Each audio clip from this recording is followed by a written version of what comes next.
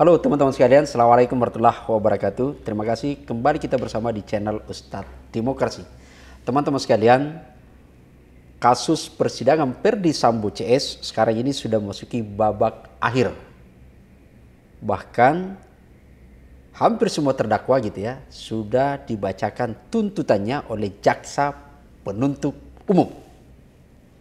Khusus Ferdy Sambo CS kemarin dibacakan bahkan masuk pada mendapatkan tuntutan sampai seumur hidup. Apakah ini memenuhi rasa keadilan publik atau justru sebaliknya putusan majelis hakim nanti akan menambah cerita baru atau babak baru drama dalam penegakan hukum? Teman-teman sekalian, saya sudah bersama, jadi di channel ini kita akan bersama dengan pengacara keluarga Joshua, yaitu adalah Bang Martin gitu ya. Kita akan ngobrol mereka seperti apa pandangan beliau berkaitan dengan tuntutan jaksa penuntut umum yang ternyata hanya mengajukan tuntutan sampai seumur hidup, bukan hukuman mati, bukan maksimal sesuai yang ada dalam pasal 340. Jadi kalau sebenarnya kalau kita lihat dalam pertimbangannya adalah dalam pasal 340 yaitu ada memang hukuman mati, ada seumur hidup, ada 20 tahun.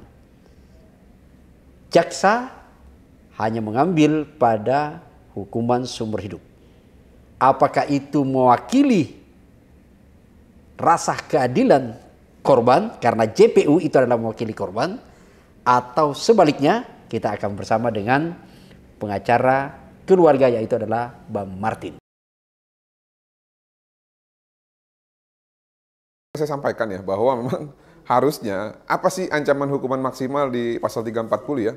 Nah, kalau kita melihat putusan terakhir yang di Sumatera Utara, itu yang membunuh hakim secara berencana dituntut dan divonis maksimal, yaitu hukuman mati.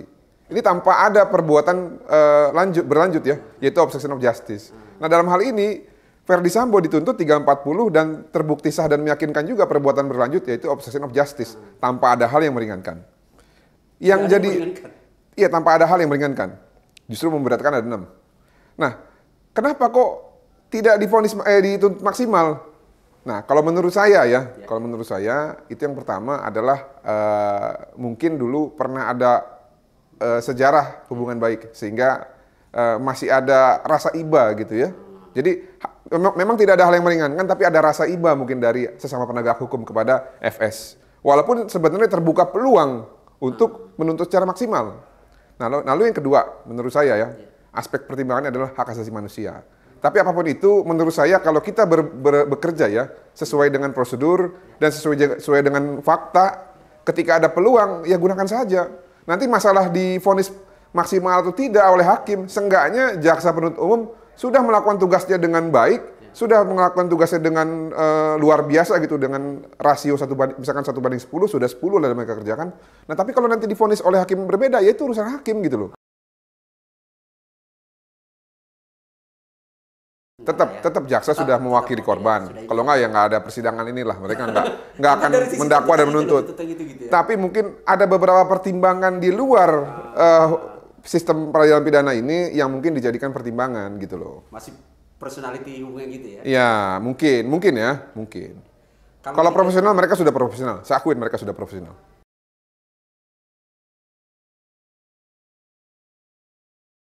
Saya ragu. Kalau dia ikuti skenario jaksa, ya tadi konsekuensinya berarti mereka harus bubar. Kita tidak berakhir ini gitu. Maka hubungan suami istri akan bubar gitu ya. Itu. Nah, saya melihat sepertinya tipe Pak Efes bukan orang yang seperti itu ya. Kalau dari pengamatan saya pribadi. Ya, itu teman-teman sekalian, tentu kita berharap semua bahwa proses pengadilan yang begitu lama, bahkan banyak yang menyebut ini cukup melelahkan, poin pentingnya adalah kita berharap adalah bagaimana hakim bisa menegakkan keadilan. Keadilan itu adalah, orang selalu menyebut bahwa rasa keadilan itu berada pada jubahnya hakim. Bagaimana merepresentasikan suara-suara keadilan itu tidak kemudian terpengaruh dalam sebuah drama. Apakah hakim itu akan sama dengan tuntutan yang diajukan oleh JPU, atau dia bahkan lebih rendah, atau bahkan lebih berat daripada tuntutan JPU. Semua berada pada keyakinannya majelis hakim melihat pada posisi rasa keadilan korban dan publik.